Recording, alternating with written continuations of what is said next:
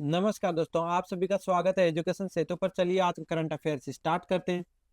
हाल ही में विश्व रेडियोग्राफी दिवस कब मनाया गया? 8 नवंबर को मनाया गया। नेक्स्ट बात करते हैं, 1 नवंबर को क्या है? विश्व शाकाहारी दिवस है। केरल, कर्नाटक, मध्य प्रदेश, छत्तीसगढ़ और हरियाणा का क्या स्थापना दिवस है और तुषारी मुक्ति दिवस है। नेक्स्ट बात करते हैं, 3 नवंबर को क्या है? विश्व जेली फिशी दिवस है। 5 नवंबर को क्या है? विश्व सुनामी जागरूकता दिवस है। 6 नवंबर को क्या है? युद्ध एंड सशस्त्र संघर्ष में पर्यावरण के शोषण को रोकने के लिए अंतर्राष्ट्रीय दिवस है। 7 नवंबर को क्या है? राष्ट्रीय कैंसर जागरूकता दिवस है। नेक्स्ट बात करते हैं, हाल ही में किस राज्य सरकार ने महिलाओं को पेड मेंस्ट्रुअल लीव देने की मंजूरी दी है? कौन है? कर्नाटक है। नेक्स्ट बात करते हैं, कर्नाटक की कैपिटल कौन सी है? बेंगलुरु है। और सीएम कौन है? सिद्धरमैया है। नेक्स्ट बात करते हैं, उनका गवर्नर कौन है? तवरचंद गहलोत है। लोकसभा में कितनी सीटें हैं? 28 सीटें हैं।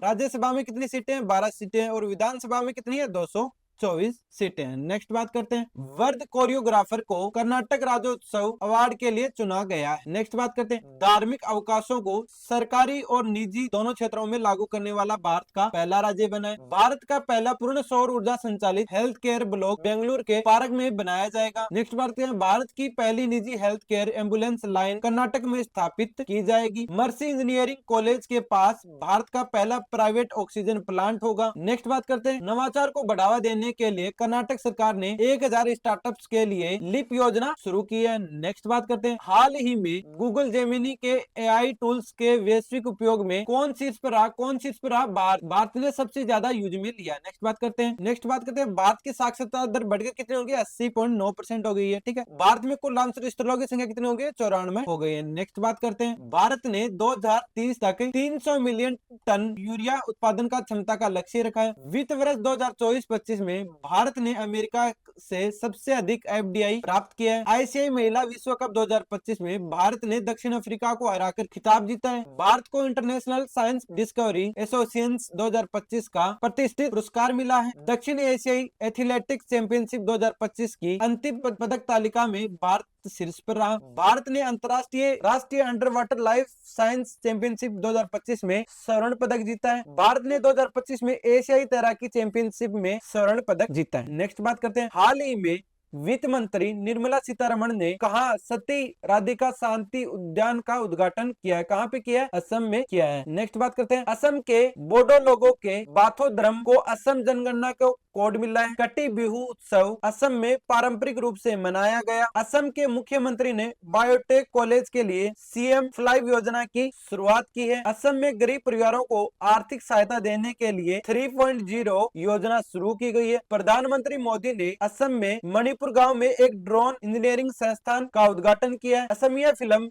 गुड बाय गुरुजी को पेरिस में होने वाले बुक सिनेमा फेस्टिवल के लिए आधिकारिक रूप से चुना गया है। भारत का पहला फ्लोटिंग सौर ऊर्जा प्लांट असम में लॉन्च किया गया। नेक्स्ट बात करते हैं, हाल ही में किस देश ने अत्याधुनिक तकनीक से लैस तीसरा विमान वाहक पोत फुजियान लॉन्च किया? किसने किया? चीन ने किया। नेक्स्ट बात करते हैं, चीन ने पहली बार थोरियम यूरेनियम ईंधन रिएक्टर में सफलता प्राप्त की है। एशियाई युवा खेल 2025 की मेजबानी सूची में चीन शामिल हो रहा है। चीन के CR 450 हाई स्पीड ट्रेन ने 453 किलोमीटर पर आवर की स्पीड तक पहुंच बनाई है। चीन ने भारतीय मूलभूत तत्वों में रविंद्रनाथ टैगोर की प्रतिमा का अनावरण किया है। और ये बताओ उसका अनावरण किसने किया? ठीक है, चीन ने एशियाई टेलीविजन चीन विकास मंच का आयोजन किया। भारत ने चीन के साथ 2 कार्गो ट्रेन चलाई जिसमें एक ऑप्टिकल फाइबर ट्रेन शुरू की गई। भौतिकी में नोबेल पुरस्कार विजेता चीन निंग येंग का निधन 103 वर्ष की आयु में हुआ। नेक्स्ट बात करते हैं, हाल ही में अब्राहम समझौता में शामिल होने वाले C5 मध्य एशियाई देशों में कौन शामिल हुआ है? कजाकिस्तान हुआ है। नेक्स्ट बात करते हैं, कजाकिस्तान की कैपिटल कौन है? अस्ताना है।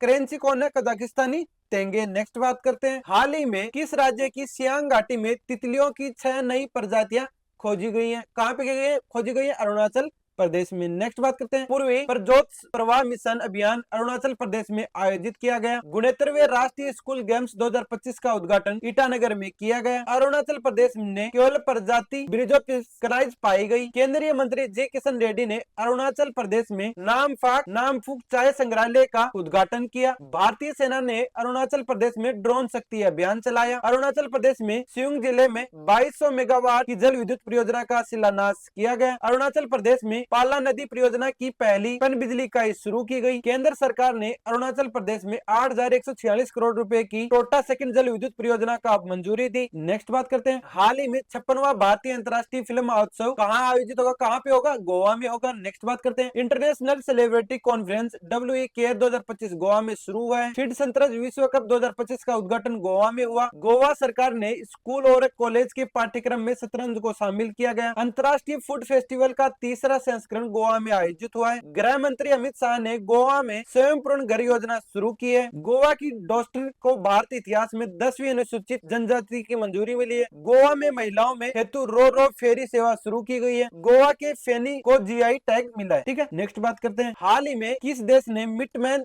थर्ड मिसाइल का परीक्षण किया, किसने किया, अमेरिका ने किया है। अमेरिका के पूर्व उपराष्ट्रपति डिक चेनी का निधन हुआ है। इंडोनेशियन ट्रूप्स को दक्षिण कोरिया का सर्वोच्च सम्मान और स्वर्ण पदक प्रदान किया गया। ओलंपिक में दक्षिण कोरिया के साथ में पनमुनजोंग कोरियन साइड डिश खोला गया। अमेरिका के जॉर्जिया स्टेट्स में डीजीएन नाटोलिनिक्स को 29 वर्ष की उम्र में नियुक्त किया गया। अमेरिका में नो किंग्स नाम से भी भारी विरोध प्रदर्शन हुआ है। अमेरिका राज्य कैलिफोर्निया ने पायलट्स और कनेक्टिकट के बाद दिवाली को राज्य अवकाश घोषित किया है। विश्वविद्यालय रैंकिंग 2026 में अमेरिका शीर्ष पर रहा। नेक्स्ट बात करते हैं, हाल ही में किस राज्य के पर्यटन विभाग ने बाढ़ के कारण भवानी द्वीप को बंद कर दिया, किसने किया, आंध्र प्रदेश ने कर दिया। नेक्स्ट बात करते हैं, आंध्र प्रदेश के पर्यटन विभाग ने वार्षिक पर्यटन पुरस्कार 2025 जीता है। आंध्र रजनी टीम ने चौकागरी स्टेडियम जीता है। तिरुवन्नामला हिल्स और लाल रंग के टेंट को यूनेस्को ने संभावित सूची में शामिल किया गया। आंध्र प्रदेश सरकार ने तिरुपति में एक स्पेस सिटी महाकाश में एक प्रमुख स्थल स्थापित करने की महत्वाकांक्षी योजना की घोषणा की है। आंध्र प्रदेश में देश का सबसे बड़ा केंद्रीय पुस्तकालय स्थापित किया जाएगा। इसरो ने श्रीहरिकोटा से भारत अंतरिक्ष एजेंसी के तहत गगनयान मिशन शुरू किया। राज्य में एक एयर ड्रोन यूनिट स्थापित की गई। नेक्स्ट बात करते हैं, हाल ही में किस बैंक को मार्केट कैप 100 अरब डॉलर के पार पहुंच गए, कौन है, SBI। भारतीय स्टेट बैंक के शेयरों में 6 महीने में 1% से अधिक बढ़त दर्ज की गई है। इसका बाजार पूंजीकरण 100 अरब डॉलर लगभग 8,850 अरब पार पहुंच गया। 971 रुपए के नए उच्च स्तर पहुंचते ही 1.47% की बढ़त की दर्ज की गई है। इस उपलब्धि के साथ SBI देश का पहला बैंक बन गया जिसने मुकाम हासिल किया। इससे पहले केवल रिलायंस, HDFC बैंक, TCS और ICICI बैंक की सूची में थे। नेक्स्ट बात करते हैं, SBI ने इंडिया इंटरनेशनल बुलियन एक्सचेंज पर पहला गोल्ड ट्रेड किया। ग्लोबल फाइनेंस द्वारा SBI को विश्व का सर्वश्रेष्ठ उपभोक्ता बैंक 2023 नामित किया गया। डिप्टी ने स्टार्टअप्स को वित्तीय और गैर वित्तीय समर्थन देने हेतु कोटक महिंद्रा बैंक के साथ में MOU किया। ग्लोबल फाइनेंस द्वारा DBS बैंक को भारत का सबसे सुरक्षित बैंक घोषित किया गया। HDFC बैंक ने माई इंडिया QR लॉन्च किया। इंडियन बैंक ने विशाल दगामावार को कार्यकारी निदेशक नियुक्त किया गया। बैंक ऑफ बड़ौदा ने सर्विसिंग ऐप खाता धारकों को हेतु लॉन्च किया। नेक्स्ट बात करते हैं, हाल ही में DNA खोजकर्ता नोबेल पुरस्कार विजेता जेम्स वॉटसन का 97 वर्ष की आयु में निधन हुआ। वे कौन थे, वैज्ञानिक थे। नेक्स्ट बात करते हैं, हाल ही में कानूनी सहायता वितरण तंत्र को मजबूत बना पर राष्ट्रीय सम्मेलन कहाँ हुआ, कहाँ पे हुआ, नई दिल्ली में हुआ। नेक्स्ट बात करते हैं, हाल ही में भगवान बुद्ध की पवित्र अवशेषों को लेकर भारतीय प्रतिनिधिमंडल कहाँ पूछा, भूटान में पूछा। नेक्स्ट बात करते हैं, भूटान 2025 में वैश्विक शांति प्राचीन महोत्सव की मेजबानी कर रहा है। Bhutan global film pleasure festival की मेजबानी करेगा। 14वीं भारत भूटान सीमा प्रबंधन और सुरक्षा बैठक थिम्पू में आयोजित की जाएगी। भारत और भूटान ने संयुक्त रूप से रेल संपर्क परियोजना को मंजूरी दी है। भूटान ने दुनिया की पहली क्रिप्टो आधारित भुगतान प्रणाली शुरू की है। भारत और भूटान ने आपसी व्यापार को बढ़ावा देने के लिए समझौता किया। निवेश आकर्षण और रोजगार सृजन के लिए भूटान माइक्रो फाइनेंस सिटी का निर्माण करेगा। भूटान ने डिजिटल भुगतान के लिए इंस्टेंट क्रेडिट पोस्ट शुरू किया। नेक्स्ट बात करते हैं, हाल ही में किस देश ने इजरायल प्रधानमंत्री नेतन्याहू के लिए गिरफ्तारी वारंट जारी किया, किसने किया, तुर्की ने किया। नेक्स्ट बात करते हैं, 200 वर्ष पुराना मानव चेहरा वाला संधि तुर्की में खोजा गया। तुर्की ने दुनिया के सबसे शक्तिशाली गैर परमाणु बम गाजवा का अनावरण किया। तुर्की ने अपने स्वदेशी हाइपरसोनिक मिसाइल नाइट्रूम ब्लास्ट 4 का अनावरण किया। ट्रेवल व लीजर वर्ल्ड बेस्ट अवार्ड्स में इस्तांबुल एयरपोर्ट को सर्वश्रेष्ठ हवाई अड्डा घोषित किया। तुर्की में दुनिया का सबसे पुराना कैलेंडर खोजा गया। तुर्की सरकार ने आवारा कुत्तों को लेकर उठे विवाद के बाद उन्हें घर में रखने का आदेश दिया। तुर्की ने इंस्टाग्राम पर प्रतिबंध लगाया। आज के लिए फ्रेंड्स इतना ही। जय हिंद दोस्तों।